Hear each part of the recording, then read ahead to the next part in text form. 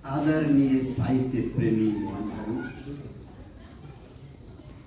भानु जयन्तीको यो पुनीत अवसरमा म आज कुनै मनोरञ्जनात्मक गीत वा अन्य साहित्य पस्किँदै आएको होइन। एउटा गुनासोको पोको बोकेर आएको छु म आज। वर्तमान नेपालको पीडा, विसङ्गति, अन्याय, युवा पलायन, सुकुम्बासीको वेदना, प्रवासीको अधिकार र राष्ट्रिय स्वाधीनताको चिन्तालाई समेटेर आजको यस कार्यक्रममा मैले आफ्नो पीडा पोख्ने जमर्को गर्दैछु। गुनासो अलि लामो हुन सक्छ, आशा छ धैर्यतापूर्वक सुनिदिनुहुनेछ। मेरो यो पीडाको शीर्षक छ, हे भानु तिम्रो जन्मदिन म कसरी मनाऊँ। हे भानु म तिम्रो जन्मदिन कसरी मनाऊँ। म जन्मेको देश, मेरो मातृभूमि आज आफै विलप बन्धमा छ।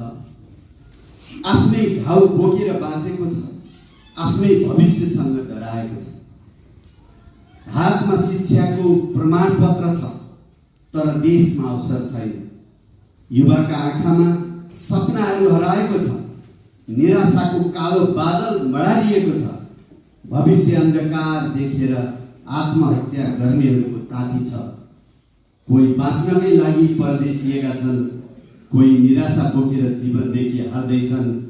कागजमा डिजिटल नेपाल छ, कार्यालयमा धुलो लागेको फाइल छ। मन्त्री र नारा फेरिन्छन्, तर जनताको पीडा फेरिँदैन।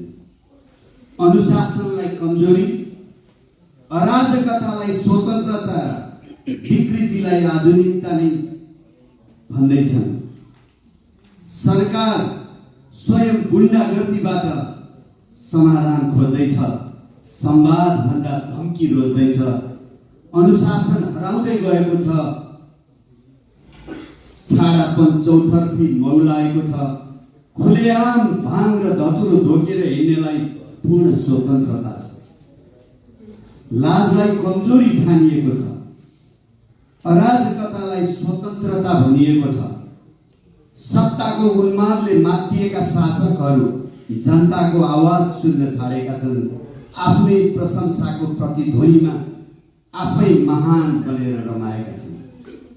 युवाको बलिदान परिवर्तनको जग बन्नुपर्ने थियो, तर त्यसैलाई अपहरण गरेर सत्ताको भर्याङ बनाइँदैछ।